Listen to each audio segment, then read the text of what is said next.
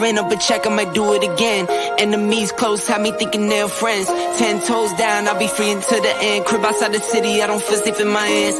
Took so many years, I'm just waiting for the wins. I'm in debt to no one but the one who took my sins. I do it for real, there's no reason to pretend.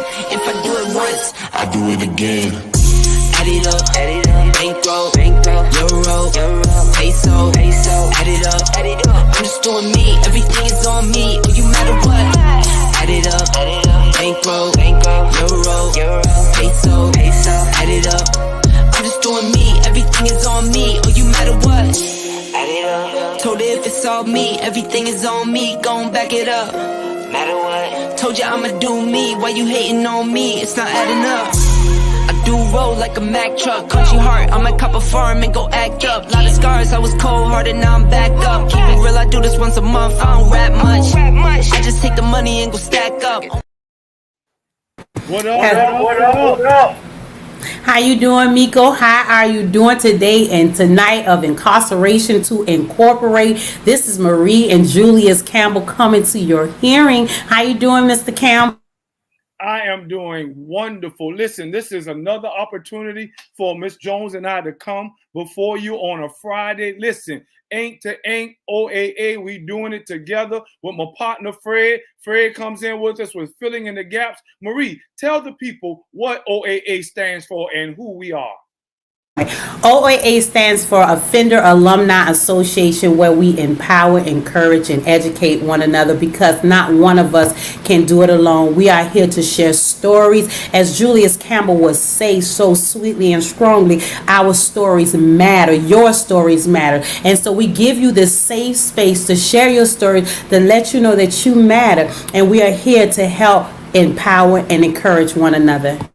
Listen, I love how she just riding, y'all. And why do these stories matter? We want you to be successful, just like we are, whether it's educationally, organizationally, occupationally, or relationally. You too can be successful. And we want to provide this platform for you. The platform that we are talking about is our relative media. Listen, all things relevant. I love this. We got Julius Hall riding with us. And what he does is he gives us an opportunity to share with the world from the perspective of an incarcerated person. Ink to ink, incarceration to incorporation. And what we do is we come together and we want you to know that the negative narrative that is prevailing changes. That's what we do. We change that negative narrative because not everybody who goes to prison go right back when they get out. We that are on tonight and others that we invite, we want you to know from our stories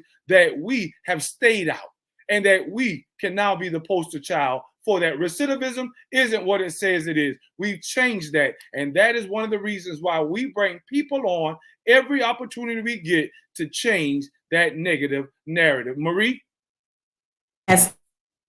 Tonight is going to be a good show. We're talking about being intentional about our youth. We have a speaker on, Jerry Smiley. He is going to take and share his story with us. We're going to allow him to come on, introduce who he is, and he's going to share his story. We're talking about being intentional about our youth. So Julius Campbell, take it away.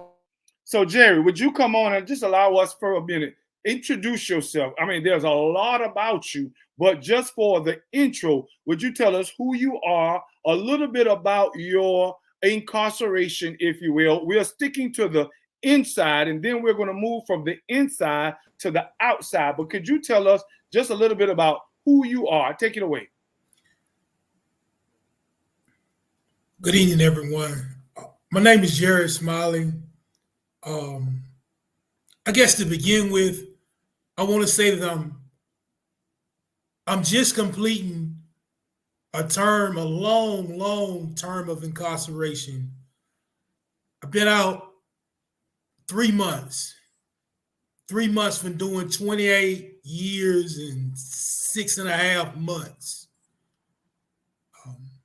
And that's what I want to say to begin with. You know, I'm very familiar with issues facing people that are incarcerated. Got a great passion, a heart for those that are incarcerated, as well as our youth. And I guess that's what I'll say to begin with.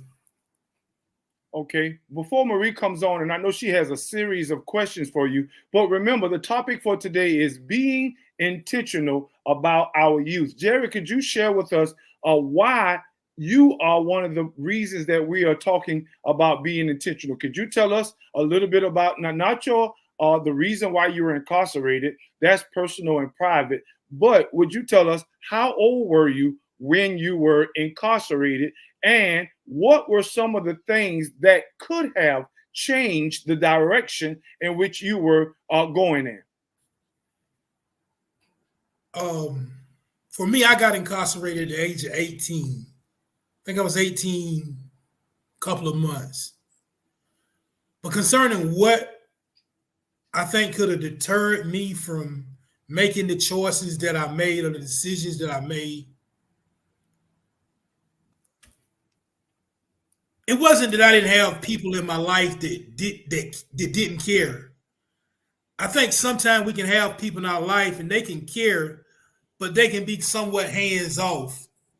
For me, I think if I would have those that were closest to me, that had influence in my life, I think if they would have been a little more hands on, that could have prevented me from making some of the decisions I made. Okay, Marie, I know you got some terms for us to help us to understand the topic of today. And again, the topic is being intentional about our youth. Yes, Miko. Yes, Julius and Jerry, Mr. Smiley. I want to ask you a couple of questions, and either one of you two can chime in and to give me an example of what I'm about to ask you. So it's about being intentional about our youth. And so I want you to tell me, Miko, I'm going to use you first, Julius, setting boundaries. What does it mean for us to have boundaries for our youth? What examples could you give for the mothers, the parents, the grandparents who are raising the kids? What boundaries would you say are good examples? Well, in relation to boundaries, first of all, that means that there ought to be parameters that we are placing on our relationship with our youth. I believe that today we have changed or removed that demarcation level, if you will. There was a distinction between an adult and a child or a youth. And because that distinction has been removed, then there is no longer any boundaries. There was once upon a time where our children were not even to be brought into those adult conversations that we have now, and they have seemingly lost respect and value for adults. So I believe that one boundary that we should have is to remember to distinct or have a distinction between an adult and a young person. Also, we must have integrity. I believe that once we build an intentional rapport or relationship with our young people, they will know how from low battery. They would know how we are to approach an adult. But before I even go a little further, can you tell us what does the word intentional mean, Marie? The word intentional means purposefully. When you intended for it to be done, is if you purposely do something intentionally. So I looked it up. And that's what it says, purposeful. The youth mean to be purposeful. So excuse me. And so but can I ask you a question, Julius? Even with the youth now, because we have verbal and visual, and we see a lot of youth. Do you think that we have good intentions for the youth, or do you think that we're They say it also says about being practicing good role model and being purposeful about that when we are being intentional about our youth. Do you think that we do that when it comes to the youth, that we take and we mentor? Well, that's the key word. I'm glad you say that. Mentoring is the key. When you are purposeful, then that means that you are engaging.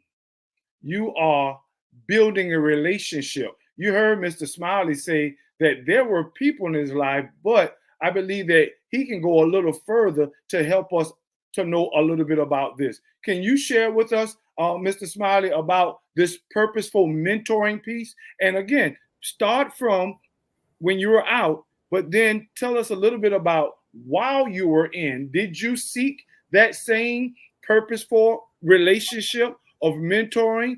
Did it move you and motivate you to become the better person that you were while you were incarcerated? Share a little bit about that, would you? Well, if I understood you correct, I think prior to my incarceration, I really didn't understand the term mentoring, whether it be me having mentors or growing and maturing in my own life to become a mentor to others. So I think that during my incarceration, I was intentional about seeking out those that could help me in different areas. And many of those men or people became mentors, because I don't only have male mentors, I have female mentors as well. And during my time in incarceration, I had both. But when I think about being a mentor, that's personal. That's a level where someone is hands-on. You can't be someone's mentor if you're not personally involved in their life. I noticed the word intentional was used. To be someone's mentor, you have to be intentional about being involved in their life, learning what's going on, seeking out ways that you can help them. I noticed Marie said earlier about boundaries. And I want to say something about that as well. Any parent knows their kids. I think that when it comes to boundaries, I look at it like this. I think things such as age need to be considered. Their maturity level need to be considered, because the same boundaries you may have for one of your children, you may not have those same boundaries for the next child. And I guess what I'm trying to say in saying that, I think even within that, and even within mentoring, you have to have healthy boundaries. I don't think one needs to be too rigid with their children or whomever they're mentoring, but I think they need to be personal, open with them, really letting them know that you care about them, you want them to succeed. And I think that during my incarceration, when I started getting involved with mentoring young men or even people my age, peers, I think that the main key that I see was you have to be intentional and you have to be hands-on. If you're really going to try to mentor someone, you have to really know what's going on in their lives. Seek to know what's going on. Really let them know you care about them and want them to succeed. Those are some of the things that came to mind from your question. Smiley, I want to ask you this. When you said, I like when you said personal, you said, why you, I want to know like why you take it. Can you tell people like why you take mentoring personal? And then you say this, okay, say if you do this, Smiley, say if you take and you be hands-on with the children, right? Because there's some parents that are hands-on, and that it was a young lady I went to see today. Her mom give her everything that she wants, but she still choose to go out and do wrong. So what do you, if you giving them everything you want, you trying to do your best, you talk to them and everything, and they still choose the wrong road. So what do you do? Tell me, what do you do? Well, I think the thing that comes to mind for me in those kind of situations, I think that parent or that mentor need to really try to find out what that child is going through or that young person is going through, and try to come up with some solutions based upon that. Because it may very well be that something is being done that may not need to be done, or something may need to be done differently. And that's we got to take a quick break, and we'll be right back.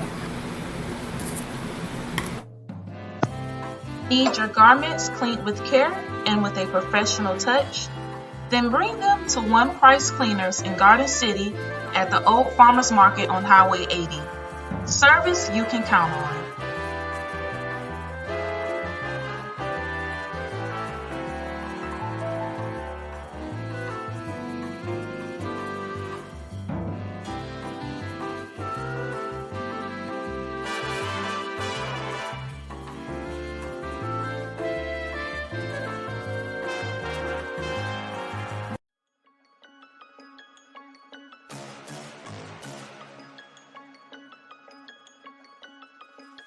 Hello, I'm Richard Coleman, and I'm running for the office of Sheriff of Chatham County. And when I'm elected, I promise to inspect what I expect. Chatham County, it's time for a change, and that change is me, Richard Coleman.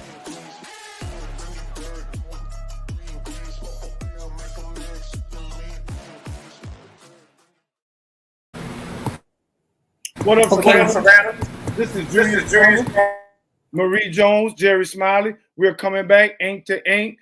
And what we wanted to do was we wanted to talk to Mr. Smiley about being intentional with our youth. He shared with us that he was incarcerated at the age of 18 and he spent 28 years in the prison system. Now he's telling us why he believes mentoring must be personal and intentional. And Ms. Jones was asking him a series of questions.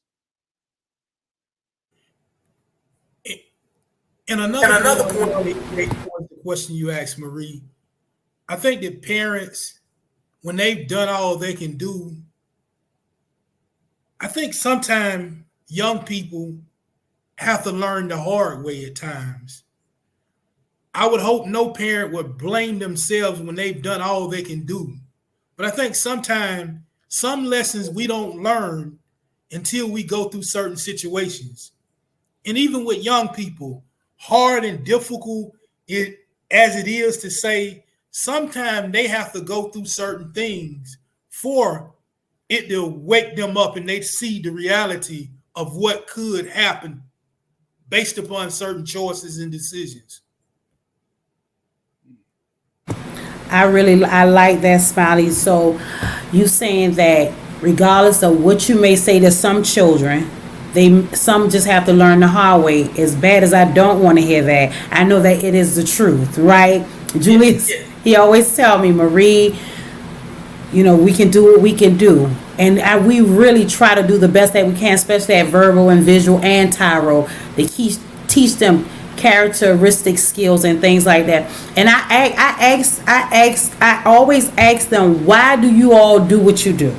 Why do you think that it's fun to be in a gang? Why do you think that it's fun to pick up a gun? In certain situations, can I tell you, Smiley, they think that it's an honor. That's why I like when the men talk to the boys, because I feel that they listen more to you all than they would per se me. And I feel that a lot of times I don't know what it is to get through to some of them, because Miko and Fred, they talk a lot, and some listen, but then I think some of them they just don't want to hear. Because one young man said, okay, you all are telling us do not do this, right? Don't pick up a gun, don't do this, don't do that, but we have to go back into that neighborhood where there's it's gun and gang violence. We have to go and we have to survive. So how do we get our children to be intentional, living in the neighborhoods that they live in, and to not pick up a gun? Good question. I think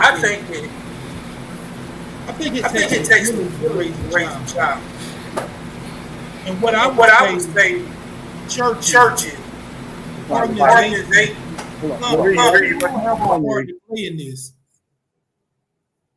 Go ahead, Jerry. What I would say, it takes a village to raise a child.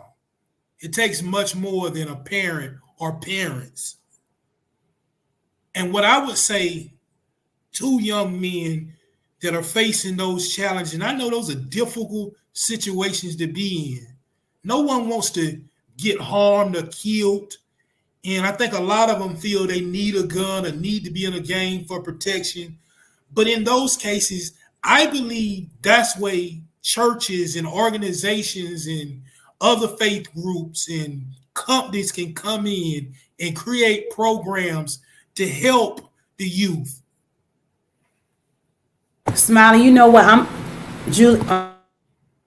Smiley, you know what? I like the fact that I'm not, listen, I don't want nobody to feel, disclaimer, I don't want nobody to feel that I'm being disrespectful when it comes to the churches, right? But I'm going to say this. A lot of the churches are not doing that. You understand? The church, I feel, this is just Maria's opinion, is supposed to be the backbone of the community. A lot of times you don't hear from pastors and things until after the child done got killed. Then everybody want to go march and rally. I think that we should come from behind the pulpit and from out of the four walls and go out and talk to those kids. They want to know that they are loved, Smiley. I'm telling you. They want to know that they are loved. And if mama and daddy don't give it at home, and then sometimes it's not a daddy at home. Here it is. We have I see Mr. Julius. I see Mr. Fred when I go to, and Fred and Julius are very positive men to those kids. They just need more positive people that's going to enforce, that's going to push that in them. So I feel that the churches, I'm saying this, Miko asks about this. He asks about mentoring. A lot of times, the pastors can be mentors. I'm not going to say what I was about to say. I'm not going to say it. The pastors need to be mentors. They need to be mentors. It's all right. An hour of your time for a child is worth it. It's your call of duty. When you take and you go into office, that's your call of duty. And I feel that you should take and be a mentor. An hour a day out your time is not going to hurt you. To save a life. So I just think, Smiley, I like what you said, and I think Miko as being an elder of a church, right? Elder of the church, Miko can take, because he's in leadership. So Miko can take and tell pastor them, bishop, and tell and other leaders that he know that they should come out and be mentors. I'm quite sure that Miko and Pastor Genario, they getting tired of hearing about young people being killed. It does no good. It does no good to go to a funeral and say what could have been, what should have been, when we are able bodies and we can help now. What do you think about that, Mr. Campbell? Well, first of all, I totally agree, 100%. And because I am a minister at a church, one thing I can say about Deliverance Prayer Tower, we in the trenches, and our leaders back us, whether they are mentoring someone or providing a space or finances for us to. DPT is on point. And there are other churches. Pastor O'Berry, I met him recently. His church is also in the mentoring, and Pastor Robeson and others. So there are those that are out there in the trenches. We know Minister Brooks, his church, they're ministering. But by and large, as Ms. Jones says, it is our call of duty to get out and, here it is, inconvenience ourselves so that we can be a mentor to others. But Mr. Smiley, I want you to come in and tell us a little bit about intentionality and purpose inside the prison system, because I'm getting ready to bring you out. You've been out now for 3 months, and you've also been doing a lot of things. We're going to get into that a little more in depth after this next commercial, but we still have some time. Were you able to do some mentoring while you were incarcerated, number one? And then number two, what effects and impact did you see that mentoring having while you were there? Of course. I think during my incarceration, particularly for the last 2 decades, somewhere around 2 decades, I've really been intentional about mentoring others, sharing some of my mistakes, some of my disappointments, some of my struggles, really trying to find out what was going on with whomever I was mentoring. From every institution I've been to for the last 2 decades, I was intentional, purposefully about mentoring others. Particularly at times, there were several men I was mentoring at the same time. And there were different things that we done, you know what I mean? Different things that we talked about. I kind of tried to meet them where they were and help them as best as I could, whether it was reading a book together, whether it was eating a meal together, whether it was exercising together, whether it was talking about goals and setting goals and holding each other accountable. I think there was countless opportunities I had to mentor others. And many of those relationships have continued today. For instance, I've been out 3 months. I'm here in the Atlanta area. I guarantee I ran into 10 or 15 men that I was at some institution with, that I had some kind of impact upon their life. And they've come out to, some of them I don't even remember their names. Say, hey man, your name Jared Smiley. And I guess if all of us were intentional and purposeful about mentoring others or having influence in other people's life, I think whether on the inside, whether we incarcerated or whether we're on the outside, out here in the free world, I think our world will be much better. Awesome. Ms. Jones, do you have any questions? Smiley, so when you said you did, when you were incarcerated, right, and you done been home for 3 months, I want to say congratulations again and again and again. I get so happy that you're home because Smiley, let me tell the people that Smiley, every time we have asked Smiley to do, when he was in the halfway house, to come on and to give a word of encouragement to the kids and to try to educate them on gun and gang violence, he will come on and he immediately give his advice to them to tell them, put the guns down, because being, I don't know what you all are facing, and I don't know what you all are going through, but you have to tell somebody before you take and you pick up a gun and you end a life. This is not Call of Duty. You cannot get that life back. It will not start over. It is not a game. So if you can't take and talk to mom, talk to dad, talk to your uncle, I always say talk to Julius.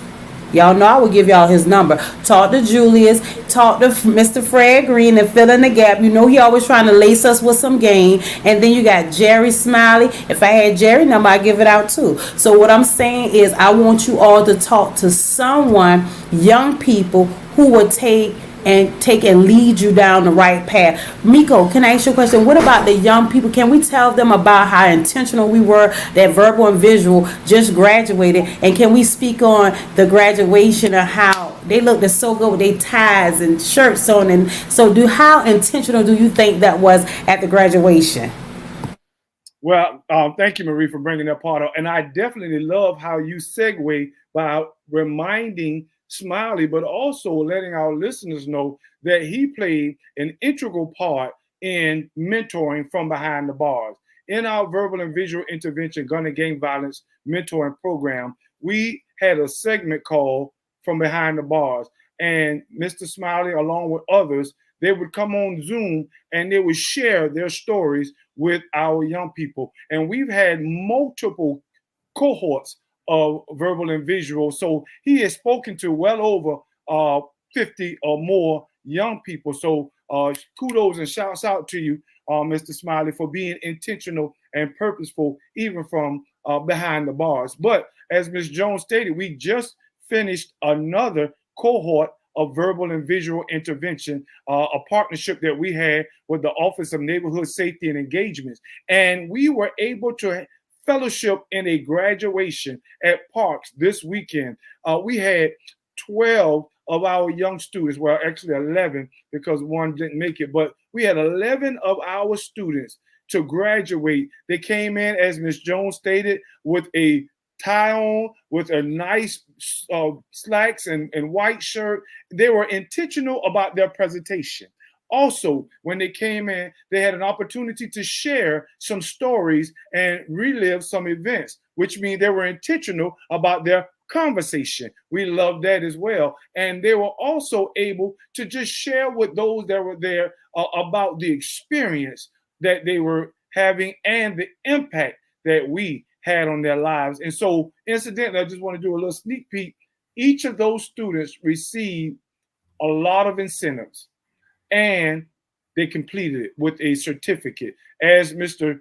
Green would often say, and I love how Ms. Jones said, relations with some game. There are some adults who have not received any accolades or certificates, but these young students walked up there and they were very giddy and very proud of what their accomplishments were. So shouts out to OAA, filling in the gap, and Office of Neighborhood Safety and Engagements and Goodwill and all those other community partners. Ms. Jones always states that it takes a village. Well, we were able to see that village in action on Friday as they all came together to celebrate our young people. And so shouts out to that again. Ms. Jones, let us know for sure what time we have to come and cut to a commercial, because immediately following this commercial break, we are going to bring Mr. Smiley in, and he's going to tell us all the things that he's been doing since he's been home. And in 3 months,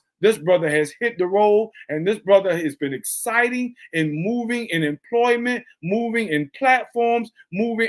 He's going to share. I don't want to take away any of his thunder. But Ms. Jones, do we have time for the comment? Let's go ahead and take a break, and then we'll be right back.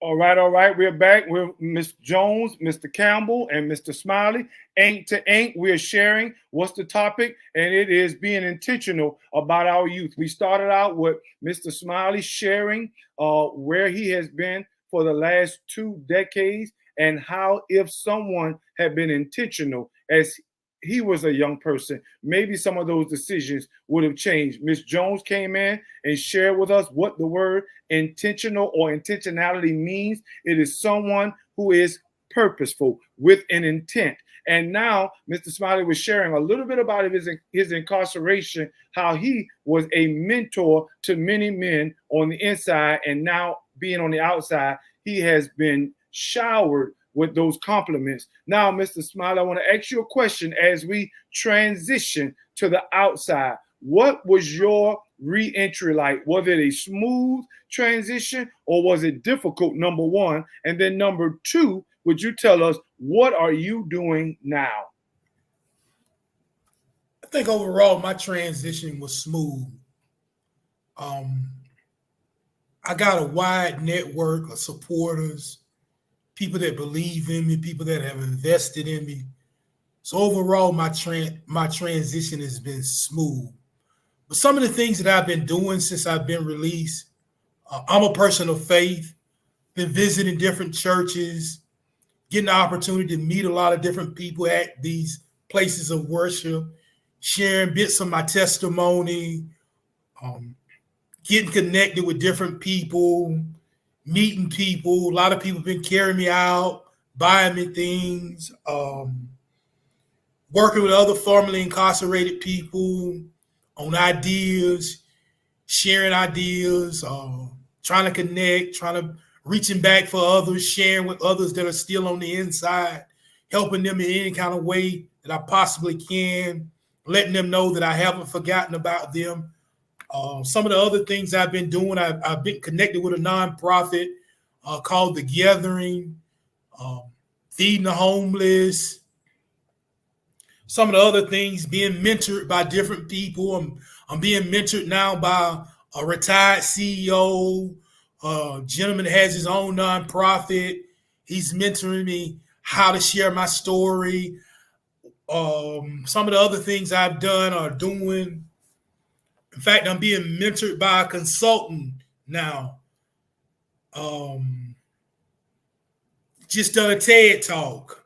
I mean, just opportunities after opportunities. Just so many things have been coming my way. So many blessings. So many things I'm appreciative of. So overall, it's been a smooth transition. But I think that I prepared for my transition to be smooth. Networking, meeting different people before I got out. And many of these relationships grew over the years. And these were the people that invested in me once I got out. Of course, I have family support, been able to travel, been different places. So my transition has definitely been smooth. I really like that, Smiley, when you said that you are intentional and reaching back and not forgetting the ones that are still behind the wall. I really, really like that. And I like the fact that you have so much going on. Miko say you hit the ground running. That is so good. You have a consultant that is helping you. That is really, really honorable. I think that you're going to do very, very well. I think that's very, very good. Keep being intentional about you and that you won't turn out. And there's no doubt in my mind that you're going to turn back and do wrong. There's no doubt about you. You're so intentional about helping the youth. That's the key thing, Smiley. When they see the example of you, how you done been in prison for 28 years, that's what I tell Miko. That you don't even have the residue on you of what you done. I'm telling you, when my children see, they be like, Mama, no, it ain't Miko. I say, yes, it is. No, it's not, Mama. I don't believe that.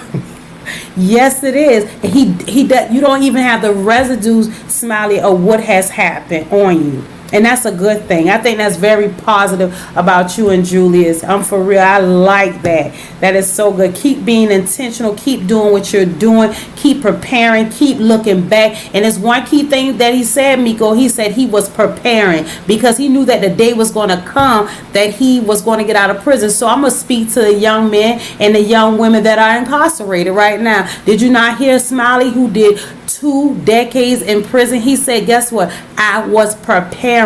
Prepare for those doors to be open for you. Those doors will open for you. They gave Smiley, if I'm not mistaken, a life sentence, right, Smiley? Okay, so he did 28 years. He did not die in prison. He is home. Thank God he didn't die in prison. So you be intentional about yourself and prepare yourself. Prepare. You can get a degree in prison. You can take welding. Anything that it is that you want to do it for yourself. Don't sit there in that time and just sit in that cell and marinate. No, get up and be intentional about you. The doors will open. Mr. Julius Campbell. I love how you continue to use that word, be intentional. But Smiley, I also want you to share some personal notes. One thing I've talked about on a number of occasions is progressively preparing for who you're going to be. And it is evident that you have did that. But can you share with us, because 28 years is a long time. Could you share with us what were some mechanisms in place, or what were some things that helped you to endure? And can you be transparent? Because I'm sure in that 28 years, there were some difficult days. But what kept you going, number one? And I'm sure you're going to speak spiritually, but also share some practical things that would allow our listeners to know what helped you to continue to run that race. I think for me, of course, and being incarcerated is not easy. Let's not say that. And definitely, the longer you are incarcerated, that's the more it can weigh on you mentally. For me, I'm a person of faith. That's the main thing that helped me to get through, my faith in God. I think I was intentional about that, purposefully about my faith in God. I suffered a lot of losses during my incarceration. Lost my parents, lost a number of close relatives. But I think overall, my faith helped me to get through those difficult times. Spending quality time reading my word, praying, fellowshipping with other like-minded people.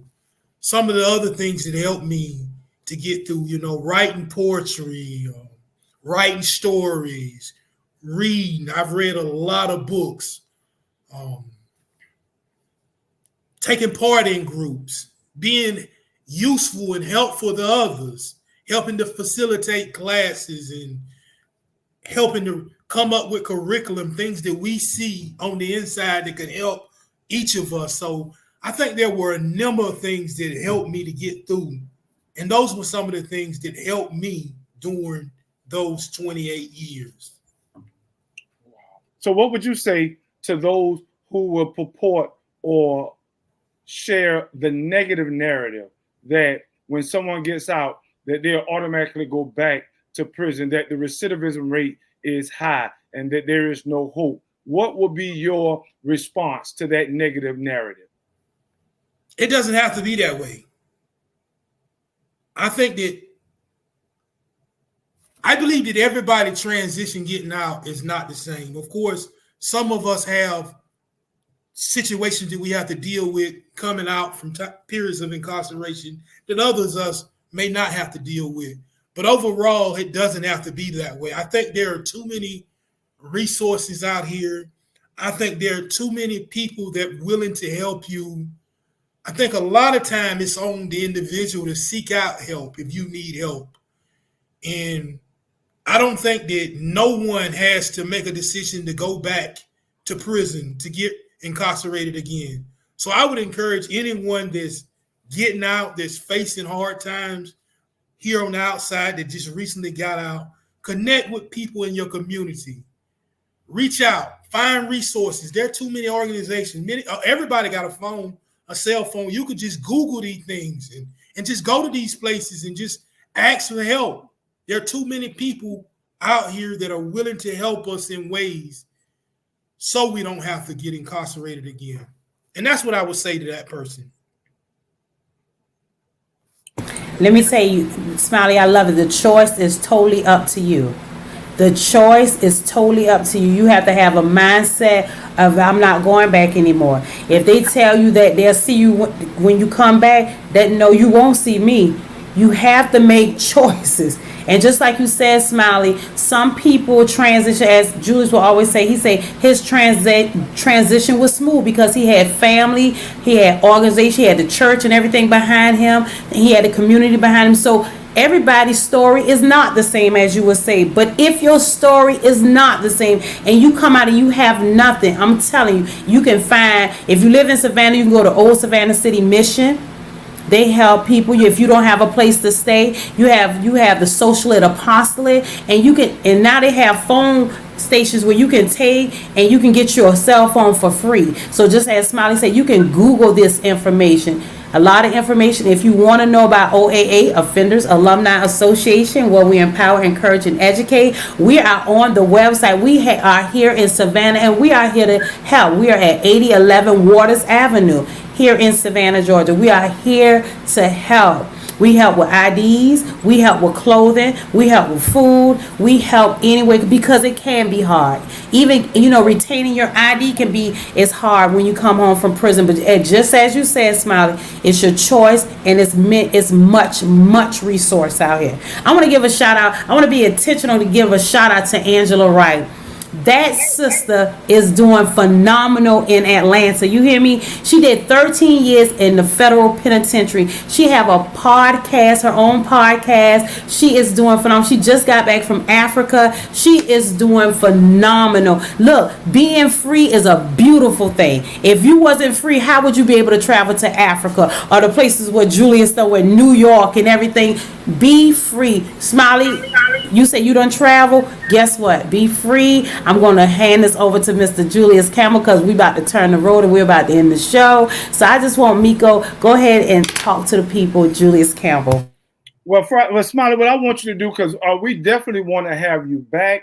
But I want when you come back, I want you to give us a little more about your TED Talk. We're going to air it when you give us that permission. And then after we air it, we'll have you to come on and to share a little bit about it, as Marie and myself, we highlight some of the pertinent areas that you spoke of.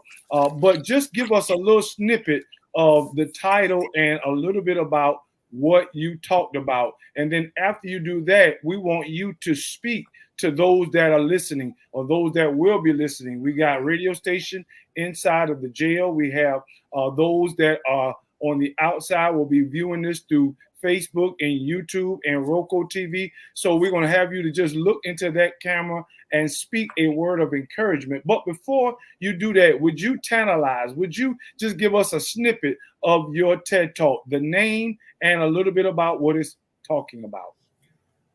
Well, the title to my TED Talk is How to Help Incarcerated People. Top tips from a lifer. And just a brief observation of what it's about. I talked about 3 issues that are facing incarcerated people. Those being isolation. Isolation in the sense of being taken out of society, placed in a place somewhere you don't necessarily want to be, and how when one is placed in isolation, he needs the support of family and friends. And the second area I talked about is idleness. So many people that are incarcerated are just wasting time instead of being intentional, as the word Marie used on tonight, about preparing for their reentry. I think that preparing for one's reentry begins the day they step foot on the inside. And the third area is indigence. There are a lot of people that are behind prison walls that have absolutely no type of support to help them get some of the basic things that people need, that people take, that people have on the outside that don't really think much about. But people on the inside don't have some of those things. So those were the 3 areas that I dealt with in my TED Talk: isolation, idleness, and indigence. Okay, Mr. Smiley, would you, as Miss Marie said, we're getting ready to bring this ship to a sail, but would you look in that camera and would you just encourage, be an encouragement, whether it's those that are incarcerated, those that have just gotten home, or the community to embrace? So would you share? What I would like to say to those that are struggling, whether they be on the inside of a prison, whether they be just transitioning out here in society, or whether they've never been to prison, what I would like to say is, don't grow weary in well-doing. Don't grow weary in well-doing. I think sometimes we can get weary and tired, feel like things are not going to work out, situations are not going to change. But I think that's an inaccurate assessment. And that's what I want to tell everyone. Don't grow weary in well-doing. There are too many testimonies. There are too many stories of people that went through difficult circumstances, and God brought them out. God brought them out. So that's what I want to tell everyone. No matter what you're facing, no matter what you're going through, don't grow weary in well-doing. Listen, my name is Julius Campbell, and we're going to let Miss Jones take us out. But before I go, one thing I always share with our listeners, we may have started out wrong, but check us out now. We are finishing strong. Thank you for listening to us and being here on Ain't to Ain't. Miss Jones?